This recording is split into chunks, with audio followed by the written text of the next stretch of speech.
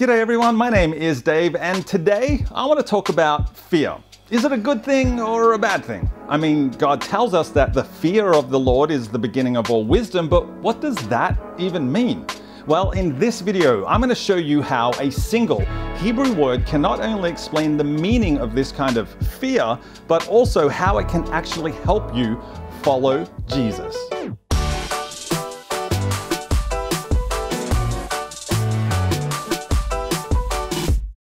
Hey folks, welcome to Israelu, where we know the Bible can be confusing and you want to get more out of it, which is why we want to teach you some simple Hebrew words that will transform the way you read the Bible.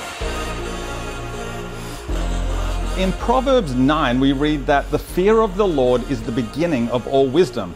But what does that mean?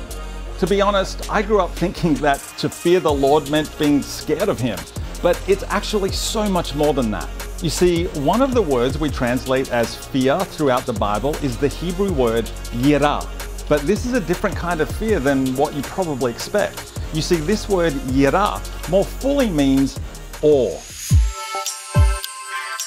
Now, I don't mean awe as in the oar of a boat. I mean awe, A-W-E, like to be in awe of something. Look, let me explain. How do you feel when you're watching a sunset? Do you feel fear? No, you feel awe, right? Maybe you experience reverence or wonder. Maybe you even feel like worshiping. Well, in that moment, you're experiencing the meaning of the word yirah. You experience awe when you see God at work like this. And here's an interesting thing about this word yirah. It has the same root as the Hebrew word ra'ah, which means to see or to look. In fact, an example of how these two words are connected can be found in Genesis 22, after Abraham passes a test of obedience. Now, in the story, God sees Abraham's faith and says, "Now I know that you fear God, seeing that you have not withheld your son, your only son, from me." And after God says this, we read that Abraham lifted up his eyes and looked, and behold, behind him was a ram. And Abraham went and took the ram and offered it up as a burnt offering instead of his son. So Abraham called the name of that place, "The Lord will provide." Now in this passage, the word yirah conveys the connection between Abraham's fear/awe of God and how that leads him to see that God will provide for him. And Jesus talked about this sort of connection too, when he said that if we seek first God's kingdom and His righteousness, all these things will be given to you as well. By looking for God's kingdom, we get to experience the awe of knowing that He will provide for all of our needs.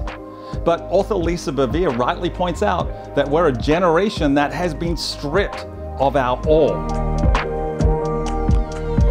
Now, Scripture tells us that having yirah towards God is the beginning of wisdom, which means we have to regain our sense of awe and reverence toward God. Let's be honest. It's easy to get so caught up in the stresses and worry and concerns of life, especially during a global pandemic, that we forget to look for the amazing things God is doing in our lives. But the authors of the Bible encourage us to be open to awe. They remind us that a wise person comes before God and simply stands in awe of Him. See, if we can regain our sense of awe and reverence for God, that will lead to wisdom, and wisdom will lead us to live according to His plans. When was the last time you experienced yirah? When did you last stand in awe of God? When was the last time you felt so moved by a sense of reverence for God that your only response was to worship Him?